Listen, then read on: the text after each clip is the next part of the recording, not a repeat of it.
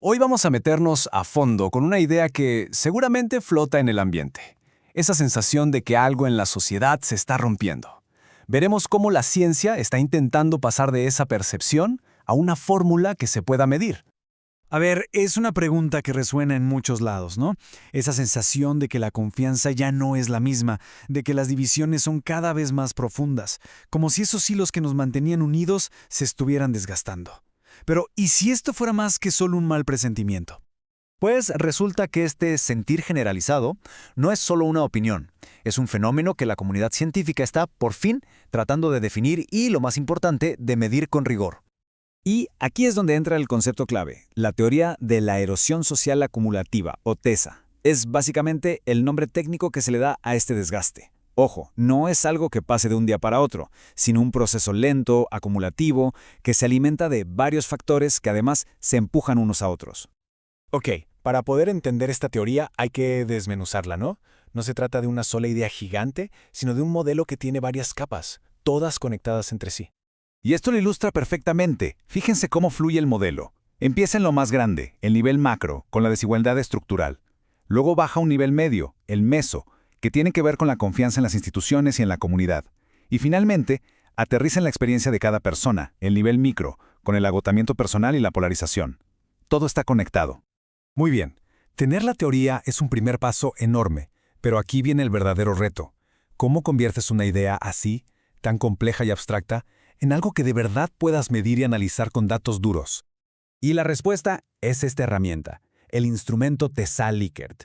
En pocas palabras, es un cuestionario de 25 preguntas.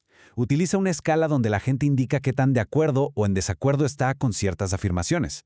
Así es como se logran capturar datos numéricos sobre esas 5 dimensiones que acabamos de ver. Es el puente entre la teoría y los números. Y aquí surge una pregunta fundamental, ¿eh? Esto es clave en cualquier investigación seria. No es nada más inventarse las preguntas y ya. Hay que estar seguros de que son las preguntas correctas. ¿Cómo se valida un instrumento como este para saber que sí funciona? Pues bueno, vamos a asomarnos un poco a la cocina de la ciencia, a ver cómo se pule y se perfecciona una herramienta de este calibre. No es algo rápido, al contrario, implica un escrutinio súper detallado. Para validarlo, se sometió a lo que se conoce como un juicio de expertos. Se juntó a un grupo de especialistas de diferentes áreas, sociología, psicometría, psicología social, y se les pidió que analizaran cada una de las 25 preguntas. Y las evaluaron con 3 filtros. Primero, ¿es clara? ¿Se entiende fácil? Segundo, ¿es pertinente? O sea, ¿de verdad mide la dimensión que dice medir? Y tercero, ¿es relevante? ¿Es indispensable para el estudio? Miren, para que quede más claro cómo funciona esto en la práctica, este ejemplo es buenísimo. La pregunta original mezclaba dos cosas, oportunidades laborales y educativas. Un experto levantó la mano y dijo, a ver, aquí hay un problema.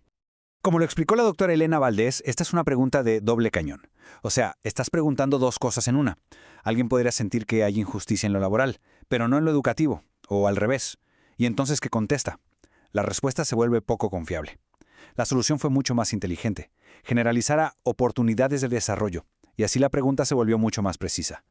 Y hubo otra decisión crucial que vino de los expertos. Se eliminaron los llamados ítems invertidos. Estas son preguntas que se formulan al revés, en positivo para medir algo negativo, como decir confío en el gobierno para medir la desconfianza. Los expertos advirtieron que, aunque es una técnica que a veces se usa, con frecuencia confunde a la gente y provoca errores al contestar. Así que para no arriesgar la calidad de los datos, decidieron quitarlos todos. Bueno, con la herramienta ya bien afinada y lista para la acción, se hizo un primer estudio piloto. Vamos a ver qué fue lo que reveló esta primera aplicación. ¿Qué nos dicen los datos iniciales? Primero, el contexto. Fue una prueba pequeña con solo 20 personas, pero es súper importante notar que el grupo tenía un nivel educativo muy alto. Prácticamente el 90% tenía estudios universitarios o de posgrado, y esto claro influye en cómo interpretan y responden las preguntas. Y aquí están los resultados. Esta gráfica es el corazón del asunto. Muestra la calificación promedio de percepción en una escala del 1 al 5 para cada dimensión. Y lo que salta a la vista de inmediato es que la desigualdad estructural está hasta arriba, con un 4.35. Pero muy de cerca le sigue la subjetividad exhausta, o sea, el agotamiento emocional y el desgaste personal con casi 4 puntos. Entonces, ¿qué nos dicen estos datos? La lectura es bastante clara. Para este grupo, la sensación de que la sociedad se está desgastando viene principalmente de percibir una desigualdad estructural enorme y al mismo tiempo un profundo cansancio personal. La falta de confianza en las instituciones también está ahí, claro, pero se percibe con menos intensidad que las otras dos. Y esta es quizá la gran conclusión de este análisis. La erosión social no es un problema único y aislado. Es más bien como una red, una telaraña compleja donde la desigualdad que se percibe en la estructura de la sociedad parece que está alimentando directamente cómo nos sentimos a nivel personal, generando agotamiento y haciendo más grandes las divisiones que nos separan. Y todo esto nos deja con una pregunta final, una pregunta que se queda flotando en el aire. Si ya tenemos una herramienta para diagnosticar el problema, para ponerle números a ese sentimiento de que todo se cae a pedazos, ¿cuál es el siguiente paso? ¿Por dónde empezamos a reparar, a tejer de nuevo ese tejido social?